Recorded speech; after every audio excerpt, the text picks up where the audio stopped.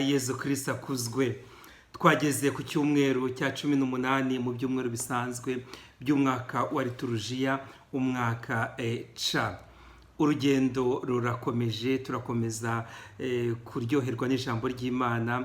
Buri cyumweru tugenda dusangira umugati w'ijambo ry'Imana, tumanyura buri cyumweru kugira ngo ubwo bukungu bukomeze budutunge.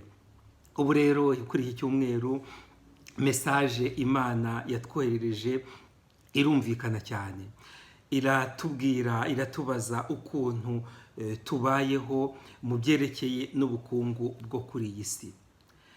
Yezu yatubwiye, yadutekerereje iriya nkuru y'uriya mukungu w'umuhinzi wari wejeje imyaka myinshi, arahunika, arishima, ibigega biruzura, birasendera, aragenda ariyicarira, aravuga ati reka njye nyunywe ntengamare, ndumva nta kibazo nzagira. Ariko umunezero wacu bavandimwe ntabwo ushingiye ku bintu, ku mitungo yo kuri iyi si.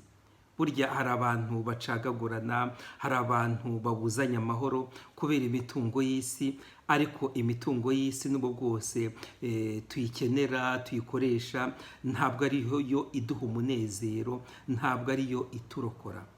Ikintu kiturokora Yezu ashaka kutwumvisha kuri iki cyumweru ni ubukungu bukomeye bw'ukuntu twebwe twagiye mu buzima bwacu tugahura na Yezu Kristo kandi tukamwizirikaho.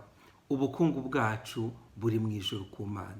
Ubukungu bwacu kandi n'ubu bwose buri mu ijuru ntabwo bwagiye ngo bubikweyo, kuko muri Yezu Kristo wahindutse ubukungu bwacu, dufite byose, dufite umunezero. Bavandimwe rero, ntabwo Yezu Kristo ari umucamanza wacu mu birebana n'amatiku yo kuzungura kwacu ku bintu by'iyi si.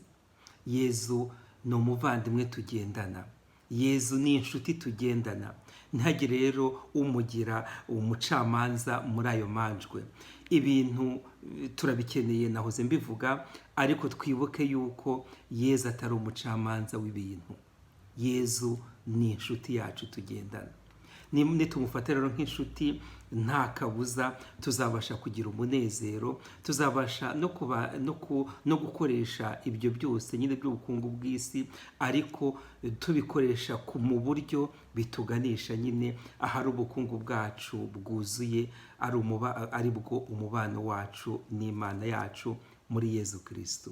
Maze rero bavandimwe, ndongeye kubinginga kugira ngo dukore ibishoboka byose, ibintu by'isi n'ukuntu tubishaka ntibibe intandaro kujya kure y'Imana, ahubwo ibyo bintu dushakisha muri iyi si bitubere impamvu yo kongera gutera intambwe tugana Imana, dushakashaka inshuti yacu Yezu Kristo watwihayeho ifunguro mu ijambo rye ndetse no ku mubiri we, ari we Ukarisitiya.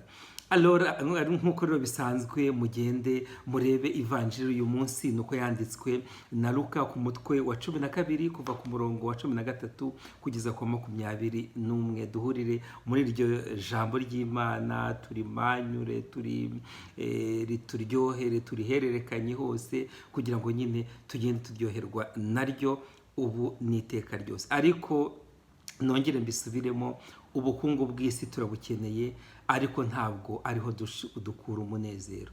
Umunezero wacu ushingiye kuri Yezu Kristo, ari we bukungu bwacu. Ushobora byose rero nabaho umugisha kandi abarinde Imana Data na Mwana na Roho Mutagatifu. Amen. Icyumweru cyiza bavandimwe.